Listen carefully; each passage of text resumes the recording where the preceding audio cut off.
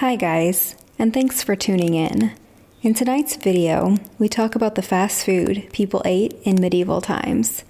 Did you guys know that they actually ate fast food? Not the type of fast food we think of today, but very similar. Grabbing a quick bite after a long day has surprisingly been around for a long time.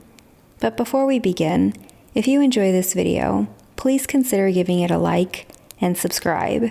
And without further ado, let's get started. Imagine this. You're walking down a muddy, bustling street in a medieval town. The air is thick with the smell of wood smoke, animals, and unwashed bodies. But also, there's something mouth-watering. From open stalls and street-side ovens, vendors are shouting out their specialties: hot meat pies steaming in their crusts, skewers of grilled fish, spiced fritters sizzling in oil, and loaves of bread baked that very morning. You've just come from the fields, the workshop, or maybe even the cathedral, and you don't have time or money for a full feast in a noble's hall. What you need is a quick bite to keep you going. That's right. Centuries before McDonald's or Taco Bell, medieval Europe already had its own kind of fast food. Street vendors, pie shops, and ale houses sold cheap, filling meals to people who couldn't, or didn't want to, cook at home. And just like today, it wasn't always the healthiest option. In fact, these quick meals could be dangerously undercooked, questionably sourced, or even cooked in reused oil that might make your stomach turn. But for ordinary medieval people, this grab-and-go food, well, it was a lifesaver. So, what exactly did fast food look like in a world without French fries, burgers, or soft drinks? How did peasants, travelers, and even students get their meals on the go? And what medieval snack was so popular that entire streets were named after it?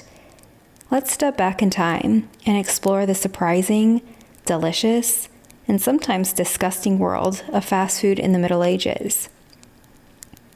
Fast food in the Middle Ages didn't just appear out of nowhere. It grew out of necessity. Most people in medieval towns didn't have the luxury of a private kitchen with a hearth of their own. For poorer families, or for those renting cramped rooms in a crowded city, cooking at home was either impractical or downright impossible. Firewood was expensive, space was limited, and fires were a constant danger in towns packed with timber houses. So just like today, people turned to convenience. Enter the cook shops, small establishments where food was prepared in bulk and sold ready to eat. Imagine them as the medieval equivalent of a takeaway counter. You could step inside, hand over a few coins, and walk away with a hot meal that you didn't have to prepare yourself. It wasn't just about hunger, it was about time. A laborer who spent 12 exhausting days hauling goods at the docks, or a student rushing between lectures at a medieval university didn't have the energy to build a fire, cook a stew, and wait for it to be done. They wanted something quick, cheap, and filling. In many ways, their craving wasn't so different from the modern office worker grabbing a sandwich on their lunch break, or the late-night student ordering a greasy pizza. And just like modern fast food chains thrive in busy urban areas, medieval cookshops clustered in the hearts of cities, near markets, cathedrals, and crossroads where foot traffic never seemed to stop. These places weren't serving gourmet dishes. They specialized in hearty, portable food like pies, roasted meats, fish, or thick soups that could be ladled out and eaten on the spot. But here's the twist. While today we worry about things like calories, cholesterol, or processed ingredients, medieval diners had much more immediate concerns. Was the meat fresh, or had it been sitting out for days? Was that pie filled with beef, or was it rat, cleverly spiced to disguise the taste? Food safety regulations didn't exist yet, so every meal was a gamble. In short, medieval cookshops were the lifeline of a society that was always on the move, always working, and often too poor to cook at home. They were the fast food joints of their age, born from the same forces that drive our own quick meal culture today: convenience, necessity, and the constant rush of daily life. Cookshops weren't just places to grab a bite. They were little hubs of medieval city life. If you stepped inside one, you wouldn't find candlelit tables or fine silverware. Instead, picture a smoky, cramped room packed with workers, apprentices, and students, all hunched over steaming bowls or tearing into meat pies with their bare hands. The atmosphere was less Michelin star and more crowded lunch rush at a greasy spoon diner. And just like today, these spots drew a very specific crowd. The wealthy had no reason to set foot in a cookshop. Why slum it with the masses when you had your own kitchen staff at home? For them, it would have been as unthinkable as a modern billionaire lining at 2 a.m. for a kebab. Cookshops were for the everyday folk, people who couldn't afford kitchens, travelers looking for something hot on the road, or students who, frankly, have always preferred buying food over learning how to make it themselves. But here's the funny part. Medieval moralists and city officials often complained about these places, accusing them of being dirty, noisy, and corrupting. In their eyes, cookshops were basically the medieval equivalent of today's fast food chains, looked down on as unhealthy, low class, and slightly shameful. You might say eating at one was the medieval version of sneaking a guilty late-night run to Taco Bell. Everyone did it, but nobody really talked about it. And the smell. Oh, the smell. Cookshops were infamous for filling the streets with the scent of frying fish or roasting meat. Some neighbors hated it, while others couldn't resist it. In fact, entire neighborhoods became associated with food stalls, the medieval restaurant districts. Imagine walking down a street where every other doorway is selling hot pies or fried dough. It was the 14th century version of a food court. So while medieval nobles might have turned their noses up at these bustling little shops, for the majority of townsfolk, they were essential. They weren't glamorous, they weren't healthy, and you probably didn't want to see the kitchen, but they got the job done. And isn't that exactly what we still say about fast food today? So what exactly could you grab at a medieval cookshop? Let's take a stroll past the stalls and see what's on offer. First up, the undisputed king of medieval fast food, the meat pie. Cheap, filling, and portable, these pies were like the Big Mac of their day. Layers of meat, onions, and spices, all crammed into a pastry crust, and you could eat them on the go. The only problem? You never quite knew what was inside. The sign might say beef, but after a few bites, you might start wondering if the texture was a little unusual. Was it pork? Or was it pigeon? Or was it whatever the cook scraped up at the market that morning? Medieval people didn't exactly have ingredient lists or nutrition labels, so ordering a meat pie was kind of like unwrapping a mystery flavor jelly bean, except the stakes were higher and the surprise could be rat. If meat pies were the Big Macs, then roasted or fried fish were the Filet-O-Fish. Cheap and common, especially in port towns, they were often sold straight off the grill, wrapped in a hunk of bread. But freshness was also a gamble. If the fish wasn't caught that morning, the cook might mask the extra flavor with heavy spices. Picture biting into a sandwich that tastes suspiciously like the ocean, plus a dash of, wait, why is this fizzy? But still, for the average hungry worker, it was better than nothing. Then there were the sausages, the medieval hot dog.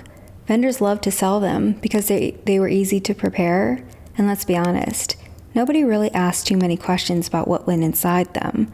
Much like modern descendants, medieval sausages were delicious, greasy, and probably better if you didn't know the ingredients. One chronicler in London even complained about how sausages were sometimes made from garbage meats, which, let's face it, makes the medieval sausage the perfect ancestor to every mystery hot dog you've eaten at a baseball game. And we can't forget about the fritters and fried doughs, the medieval answer to French fries. Imagine strips of batter tossed in hot oil, dusted with sugar, honey, or spices. Perfect for a sweet tooth, perfect for soaking up ale. Honestly, these might have been the medieval MVP. Picture a medieval peasant stumbling home from the tavern at 2 a.m., munching on fried dough. It's the 14th century equivalent of drunkenly ordering curly fries at Jack in the Box. For the more adventurous, some cook shops offered thick stews or pottages, basically soups packed with grains, peas, or whatever meat was on hand. They were cheap and filling, but you had to eat them on the spot since to-go cups weren't a thing yet. Think of them as the medieval cup noodles, except instead of a plastic fork, you just dunked your bread straight in. And then there were oyster stalls. Yeah, medieval people loved oysters, but they weren't seen as a luxury item back then. In fact, oysters were the dollar menu special of medieval fast food, cheap, plentiful, and considered food for the poor. Imagine grabbing a handful of oysters on the street corner, the way you might grab a $1 cheeseburger today. If you told a medieval peasant that oysters would one day be considered fine dining, they would laugh you straight out of the cook shop.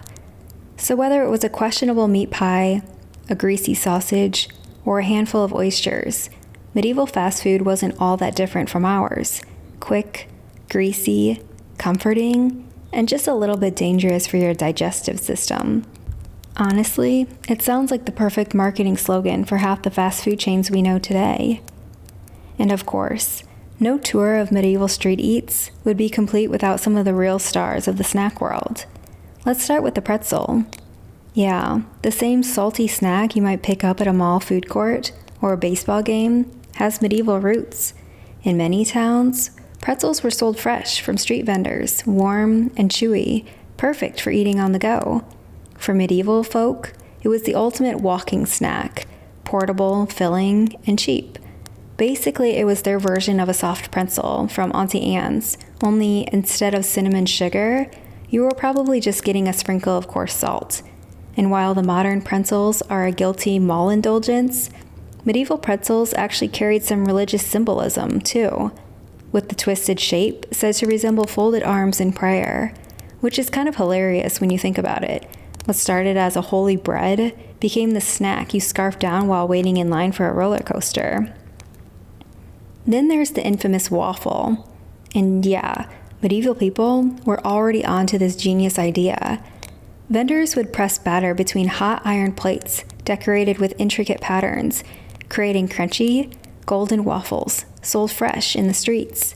They weren't drowning them in maple syrup and whipped cream, though. Instead, medieval waffles might be sprinkled with sugar, drizzled with honey, or even spiced for a savory twist. Think of them as the OG street waffles you'd find at a fair or a food truck today, only with way fewer toppings and definitely no Nutella. But still, the appeal was the same: hot, sweet, handheld comfort food. Honestly, the only thing separating a medieval waffle stand from a modern brunch spot is avocado toast. And finally, the showstopper, roasted meats. These were the medieval equivalent of walking into a barbecue joint, or better yet, carving into a giant turkey leg at a Renaissance fair. Vendors would roast chickens, geese, or even whole pigs on spits, slicing off chunks for hungry customers. It was messy, greasy, but guys, it was absolutely glorious. Imagine a medieval worker grabbing a hunk of roast pork the way we grab a bucket of fried chicken from KFC. Same energy, same level of this is going to destroy me later, but I don't care. And yes, roasted meats were a crowd pleaser across all classes. Even nobles couldn't resist the smell wafting through the streets, though, of course, they pretended they were too refined for such common fare. So between pretzels, waffles, and roasted meats, medieval people had access to the same kind of indulgent, comforting snacks that we still love today. The only real difference? They didn't have the drive-thrus.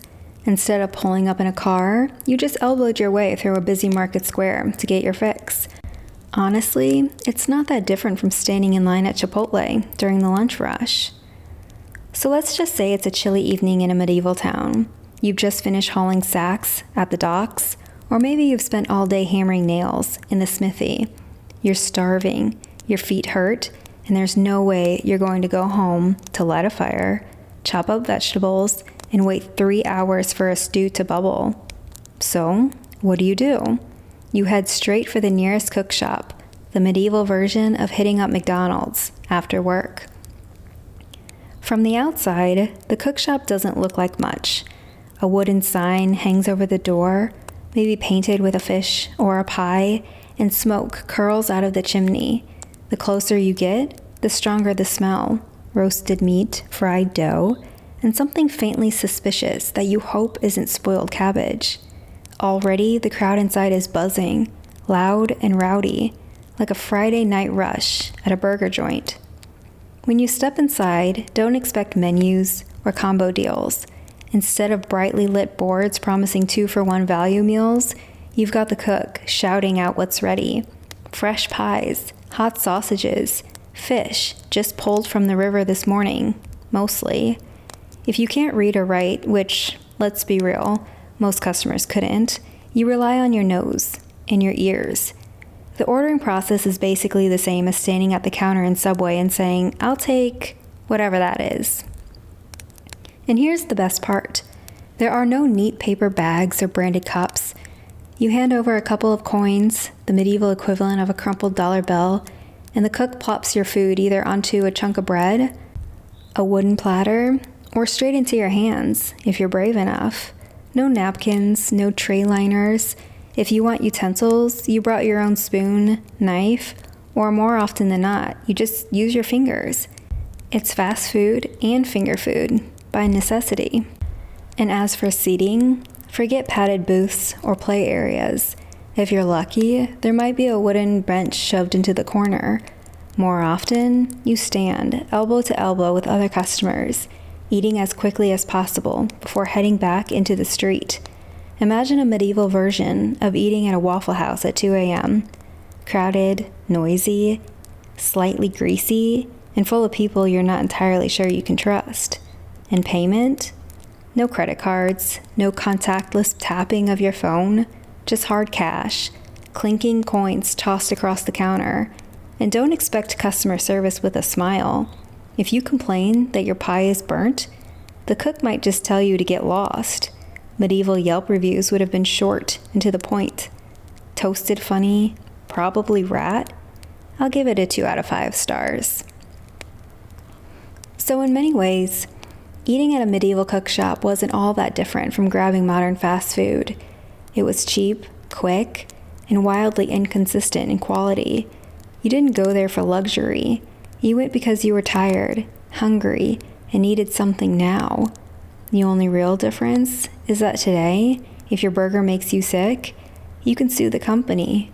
In medieval times, you just prayed, blamed the cook, or chalked it up to God testing your stomach. And of course, just like today, fast food in the Middle Ages, they came with a dark side.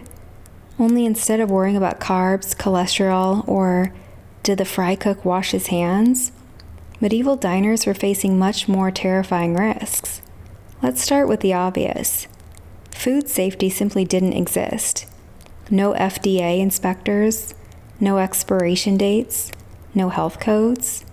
If a pie smelled a little off, the cook's solution was simple. Just add more spices. Cinnamon, nutmeg, and pepper weren't just flavorings. They were medieval Febreze for rotten meat. The end result was something like a mystery burrito from a gas station at 3 a.m. You ate it because you were hungry, and then spent the rest of the night questioning your life choices. And the meat. Oh, the meat. City records are full of complaints about vendors selling spoiled or diseased cuts. If a butcher couldn't sell his wares quickly enough, he might pawn them off to a cook shop where they'd dice up, shove it into a pie, and serve before anyone can ask any questions. Basically the medieval equivalent of pink slime, only worse. Because sometimes that beef pie, it wasn't beef at all. It could be dog, cat, or rat, dressed up with enough onions to fool you. It's the original fake meat trend, except nobody was really asking for it. Then there was the oil problem. Frying was popular, especially for fish and doughs, but good oil, it was expensive, so vendors used it again and again and again. Imagine your French fries cooked in the same grease, not just for one day, but for weeks. By the time you bit into that fritter, it was basically a sponge soaked in rancid sludge. And we can't forget about the water issue. In medieval cities, drinking water was often unsafe, which meant soups and stews could be brewing with more than just peas and barley. Let's just say it wasn't uncommon for diners to spend the next day regretting everything. Medieval fast food didn't just give you a stomach ache, it could literally end your life. But it wasn't only about spoiled food. Cookshops were also accused of being dens of vice. City officials grumbled that they attracted drunks, gamblers, and prostitutes. To them, a cookshop wasn't just like McDonald's. It was like if your local McDonald's was also a sketchy dive bar and maybe a brothel on the side. Moralists warned that eating in such places led to gluttony, sin, and loose behavior. So while cookshops kept medieval society fed, they were also risky, disreputable, and sometimes downright disgusting. Eating there was always a gamble. Would you walk away satisfied, or spend the next 3 days cursing the sausage that betrayed you? If you think getting food poisoning from a sketchy taco stand is bad, medieval cookshops could take things to a whole new level. And we actually have the receipts, because city officials loved writing down horror stories about cooks caught cheating their customers. Take London, for example. In the 14th century, records show cookshops were repeatedly fined for selling meat that was stinking and putrid. One particularly unlucky vendor was caught with rotten rabbit pies, except upon closer inspection, the rabbits turned out to be cats. Imagine biting into what you thought was a nice chicken pot pie, only to realize you've taken a chunk out of Mr. Whiskers. Then there was the case of a fishmonger who tried to pass off dead eels that had been floating in the Thames for days as fresh catch. And spoiler, the smell, it gave him away. And yet desperate or unsuspecting customers still bought from vendors like him, because when you were poor and hungry, sometimes you really didn't have a choice. It's the medieval version of rolling the dice on a suspicious gas station hot dog. The punishments for getting caught could be severe. Bad cooks were sometimes forced to stand in the marketplace with their rotten food hung around their necks as public humiliation.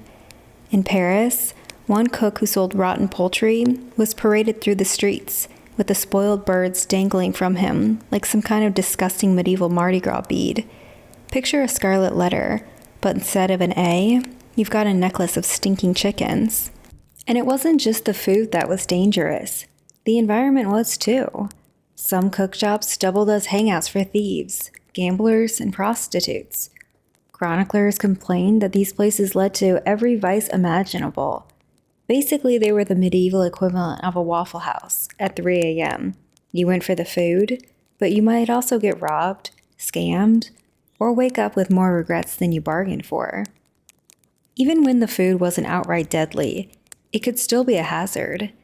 Medieval sausages, for instance, they were infamous for bursting open with questionable fillings.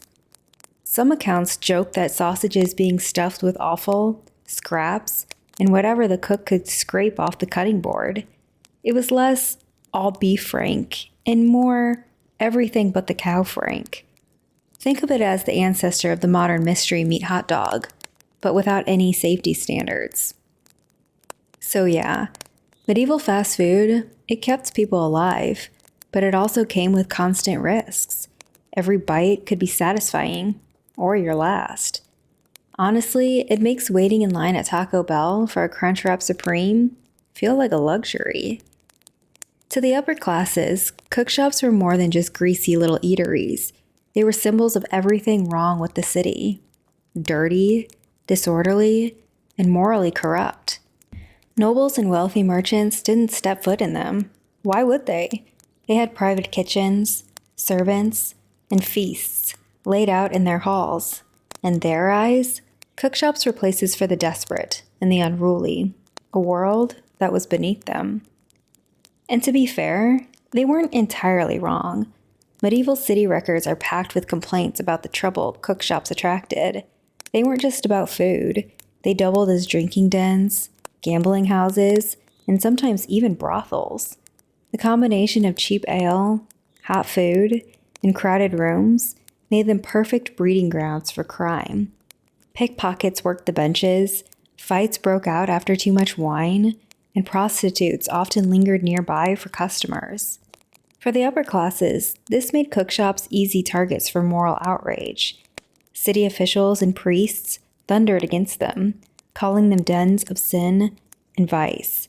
If you ate there, you weren't just hungry. You were suspiciously close to falling into gluttony, drunkenness, or worse. But here's the thing. The hostility wasn't just about morality. It was also about class control. The wealthy distrusted any space where large groups of ordinary people gathered unsupervised. A noisy cookshop filled with workers, apprentices, and students was unpredictable, and unpredictability made elites nervous. Think of it like the way modern cities sometimes crack down on loitering at fast food restaurants, not just because of the fries, but because of who's hanging around. And yet, for all the sneering, the cookshops were necessary. Cities couldn't function without them. Workers who had no kitchens of their own needed a place to eat. Travelers needed a meal on the road. Students, always broke and always hungry, practically lived in them. So while nobles grumbled that these establishments were filthy, dangerous, and corrupt, they also tolerated them, because without them, a good chunk of the population would simply go unfed. In the end, cookshops were the medieval version of a guilty secret. Everyone knew they were rough, risky, and not exactly respectable, but they filled a need too important to ignore.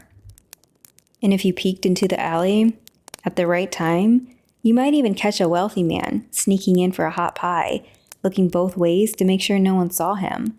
Because let's be honest, just like today, even the upper classes couldn't always resist fast food. If there was one group that practically kept medieval cookshops in business, it was the students.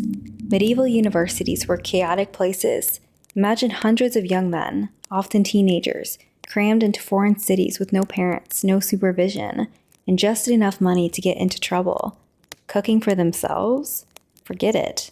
They were far too busy with lectures, drinking, brawling, and writing very bad poetry about how hungry they were. Cookshops became their lifeline. Cheap pies, stews, and fried snacks were the medieval equivalent of instant ramen or late-night pizza delivery. Students would pile into these little eateries after lectures, shouting orders, arguing about Aristotle, and wolfing down sausages. Picture a group of college kids stumbling into a 24-hour McDonald's after a frat party, except instead of cheeseburgers, they're fighting over the last bowl of pottage. And just like today, students didn't exactly have the best reputations. Locals often complained that they were rowdy, broke, and constantly trying to get out of paying their bills. Some even formed little gangs, shaking down vendors for free food. Chroniclers grumbled about scholars who ate on credit and then never returned to pay. So if you've ever seen a college kid disappear when the check arrives, congratulations, you've just spotted a medieval tradition in action. The link between students and cookshop was so strong that some university towns passed laws specifically regulating what food could be sold to them to keep costs down and to prevent fights. In Paris and Oxford, officials constantly had to step in to settle disputes between hungry scholars and fed-up cooks. Imagine campus police being called because a pack of medieval freshmen tried to flip over a cookshop table when the pies ran out. And the best part? Students even wrote about their love of fast food. In poems from the 13th century, scholars joked about skipping lectures for taverns, about eating greasy meals, and about never having enough money to pay for either. One student's song basically boils down to, "Books are expensive, beer is cheaper, and pies, they keep me alive." It's the medieval student budget in a nutshell. So while nobles might have sneered at cookshops, for students, they were home. These smoky little eateries were the medieval campus cafeteria, the late-night diner, and the sketchy Taco Bell, all rolled into one. They fed generations of scholars who would go on to become priests, lawyers, and kings. Which means, in a very real way, we probably owe some of the greatest thinkers of the Middle Ages to the cheap meat pies and fried dough of the cookshops. Being a student in the Middle Ages was nothing like the quiet, scholarly image we might imagine. Forget quiet libraries and study groups. Medieval students were rowdy, broke, and constantly hungry, and their relationship with food, especially fast food from cookshops, well, it was legendary. Let's start with the basics. University towns like Paris and Oxford were absolutely packed with young men who had left home to study. Most were teenagers, some barely in their teens, and many came from faraway regions. Cooking for themselves, it was just out of the question. They didn't have kitchens, the time, or frankly, the skill. So instead, they lived almost entirely off of cookshops, taverns, and street food vendors. These places became their cafeterias, dorm lounges, and frat houses, all rolled into one. And they weren't necessarily quiet customers either. Imagine a group of medieval students bursting into a cookshop after a lecture, still wearing their robes, shouting at the cook for pies, sausages, and ale. The scene would have been less studious scholars and more rowdy sports team invading a diner after a game. Chroniclers even complained that students sang loudly in the taverns, played dice on the tables, and sometimes started food fights. Actual medieval food fights. So if you picture a medieval version of Animal House with more Latin chanting and fewer red solo cups, you're not really that far off. Money, or rather the lack thereof, was another constant theme. Students were famous for being perpetually broke. Many lived on credit, promising cooks they'd pay later, and then mysteriously forgetting to return. Some even ran up enormous debts at taverns, which often led to brawls with the owners. One record from Paris describes students ganging up on a cook who dared to demand payment. Imagine a group of frat boys starting a brawl at Denny's because they didn't want to split the bill. And of course, taverns and cookshops were where students bonded, not just over food, but over everything else they weren't supposed to be doing. Priests complained that instead of studying theology, scholars were guzzling ale, gambling, and chasing after women in these very establishments. In fact, cookshops became so notorious for being hangouts of vice that moralists lumped them together with brothels. Basically, your parents sending you to Oxford in 1350 was the equivalent of sending you to Vegas with a stack of textbooks and hoping for the best. But here's the twist. Despite all the chaos, cookshops and taverns were also intellectual hubs. Students and professors gathered over meals to debate philosophy, argue about Aristotle, and share new ideas. Picture a greasy pub table littered with half-eaten pies, dice, and spilled ale, while two future bishops scream at each other about whether the soul has substance. It's messy, it's hilarious, and it's exactly where some of Europe's brightest minds sharpen their arguments. In short, medieval student life revolved around food, cheap, filling, and often questionable food.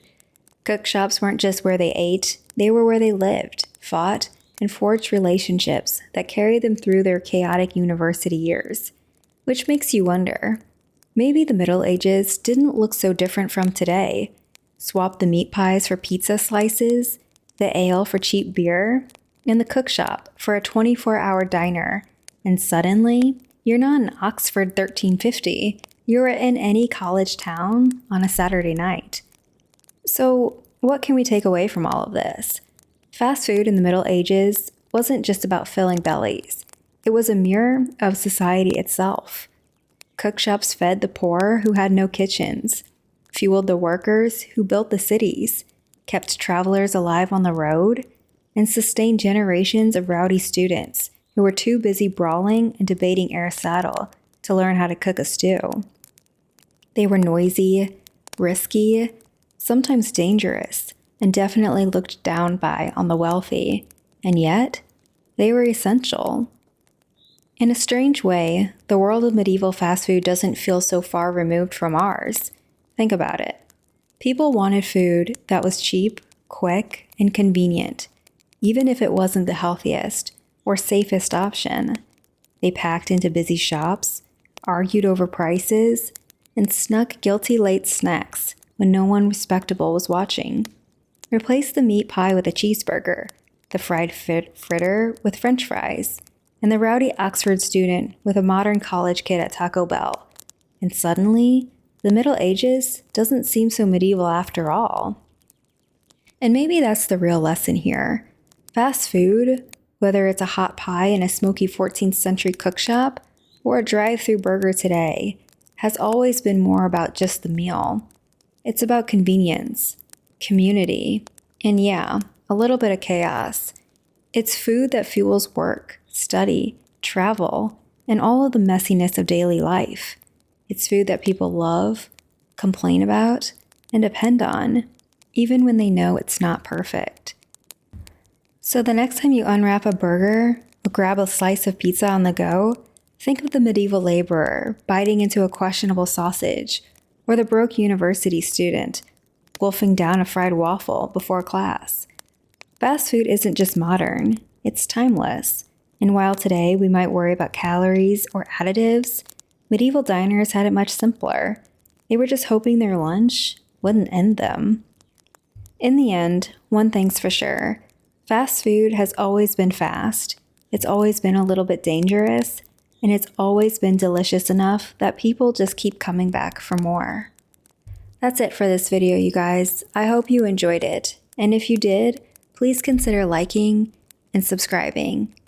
And with that, I'll see you in the next video. Thanks. Good night.